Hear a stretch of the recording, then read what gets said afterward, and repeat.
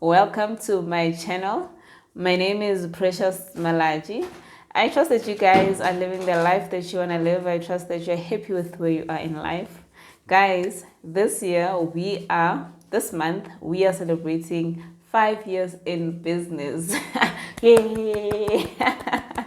So, in celebrating 5 years, I thought I should share the 5 mistakes that I've made in business, and I hope that you are gonna learn from these five. The five are capital, clients, how I did my marketing, employees, and time. So let's jump right into the first mistake that I made. Capital. I was one of the people who are lucky.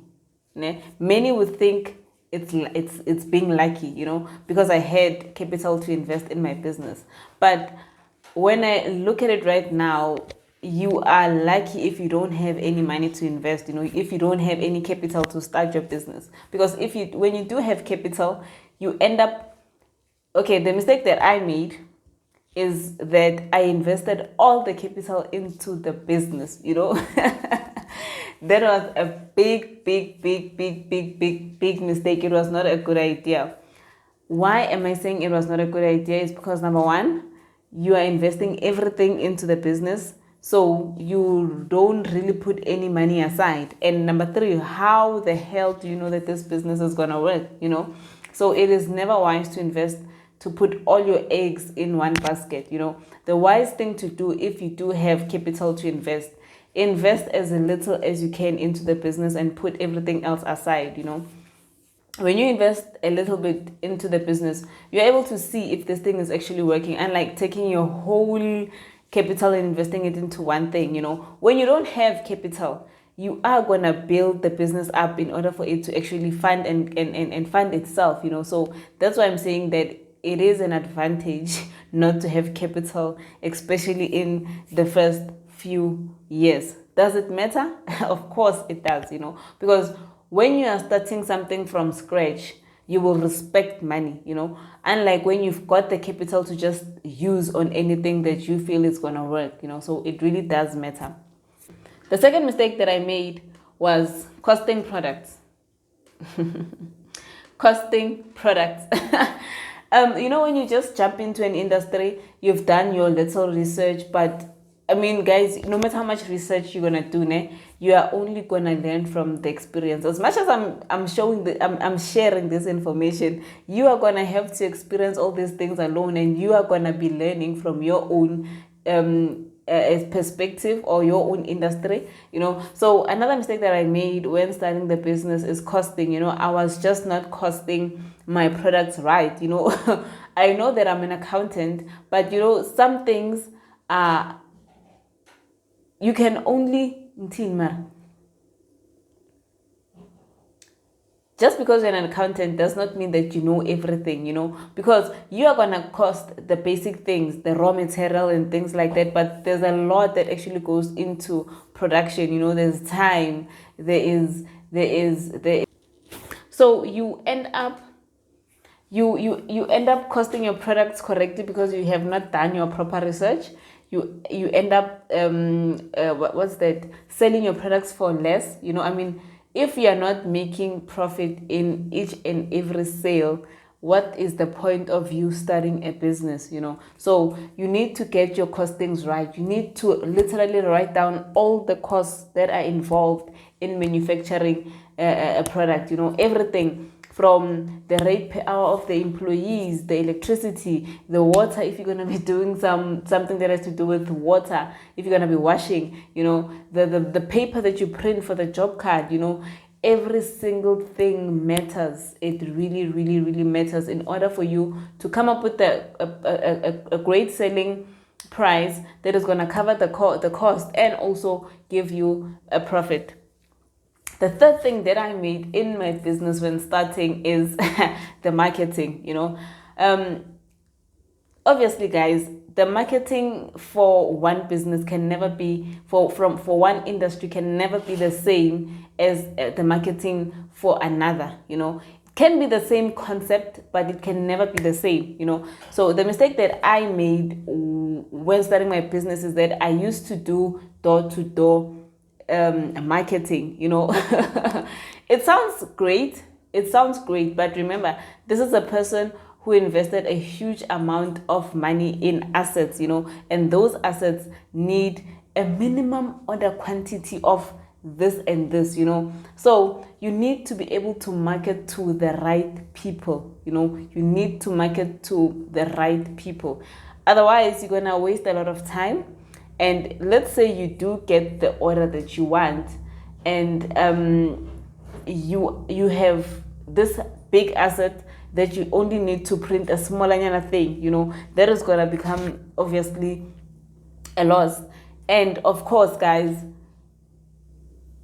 marketing to people who can actually make a decision, because that's a mistake that I made. I was just marketing to every Tom, Dick, and Harry. You want everyone to know about your business. You want everyone to support you. You want everyone to actually buy something. But your major target is people who can actually make a decision. For instance, let's say you are selling a phone to a business, When you get into the business, you need to talk to the right person. You need to talk to the person who's going to make the decision to either buy the phone or not buy the phone. You cannot talk to the secretary. You cannot talk to the PA. You need to get directly to the director or whomever is going to make the final decisions. So the mistake that I made was that I was all over the place, marketing my business to everyone. And 90% of the time, the people that I was marketing my business to were not in a position to make a final decision. And some of them were not even able to communicate whatever that I was selling to their directors or the person who makes the final decision. So it is important for you to make appointments with the right people, target the right people, talk to the right people, market yourself to the right people. The fourth mistake that I made was hiring employees. Hiring family members. Guys, you won't believe when I tell you that, it has nothing to do with the hiring family members, but you won't believe that Nano has hired over 50 people throughout the 5 years that we've been in business. I'm not saying we currently have 50 people working, but there's been 50 people who have been employed by Nano, and majority of them have been let go, and a huge part of it, I'm sure about 10 or 20 of them, it's family. Because when you're starting something, you tell yourself that, I want to empower my family, I want to empower my friends, I want to empower everyone who's close to me. But guys, that's not how it works, The last person that you're supposed to be hiring, especially at the starting phase, is your family member, Because number one, guys, this is your vision, this is your vision, and only you can make it work. Another person is not gonna be, when you hire your family member, you expect them to understand that, okay, we are still starting something, we are not going to be able to pay you so and so, and I expect you to be patient with me. But no, that's not how it works. The only thing that's going to happen is that you're going to be in family meetings with your grandmother, solving salaries, unpaid salaries, or whatever, with your grandmother who does not even know what's happening in the business, but now you have to solve with them because you've hired one of their grandchild and you're also a grandchild, and now it's a Sunday, you're talking about salaries and repayments. So guys, stay away from hiring family, stay away from hiring your friends. The fifth, and as well, guys, in when it comes to employees, before you hire people or before you leave people in decision making positions or in positions where they're able to actually how can I put this? It's important for you to get your systems in place. Yeah. It's important for you to get your systems in place, because you cannot just hire people and just put them there. People are going to steal from you. People are going to steal from you. It's important to conduct interviews. You need to conduct interviews, guys. You would take this as a very small thing. You're just a small business. You just need someone to work. Interview the person.